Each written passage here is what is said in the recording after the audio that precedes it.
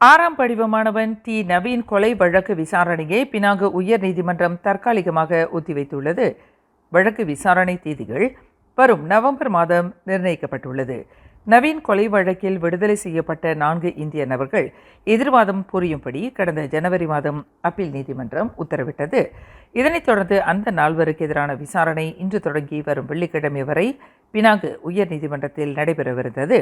எனினும் கொலை வழக்கில் 5வது நபரான 34 வயது கோபிநாத் என்பவர் விடுதலை செய்யப்பட்டதை எதிர்த்து கூட்டரசு நீதிமன்றத்தில் மேல்முறையீடு செய்யப்பட்டுள்ளது. அதன் முடிவுக்காக ப்ராசிக்யூஷன் தரப்பு காத்திருக்கும் வரை இந்த 4 எதிரான விசாரணையை தற்காலிகமாக ஒத்திவைக்கும்படி துணை பப்ளிக் ப்ராசிக்யூட்டர் ரசீத் முஸ்தகீம் ரோஸ்லான் செய்து கொண்ட விண்ணப்பத்திற்கு உயர்நீதிமன்றம் அனுமதி அளித்துள்ளது. இவ்வழக்கு விசாரணை வரும் நவம்பர் 17ஆம் தேதி முதல் 21ஆம் தேதி வரை 5 நாட்களுக்கு நடைபெறும் என்று விசாரணை தேதியை உயர்நீதிமன்றம் நிர்ணயித்துள்ளது.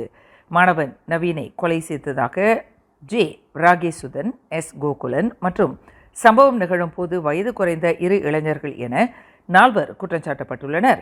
கடந்த 2017ஆம் ஆண்டு ஜூன் 9ஆம் தேதி பினாங்கு புக்கிட் குலுகூரில் ஒரு வீடமைப்பு பகுதியில் நவீனை அடித்துக் கொன்றதாக அந்த 4 மீது கொலை குற்றச்சாட்டு சுமத்தப்பட்டுள்ளது.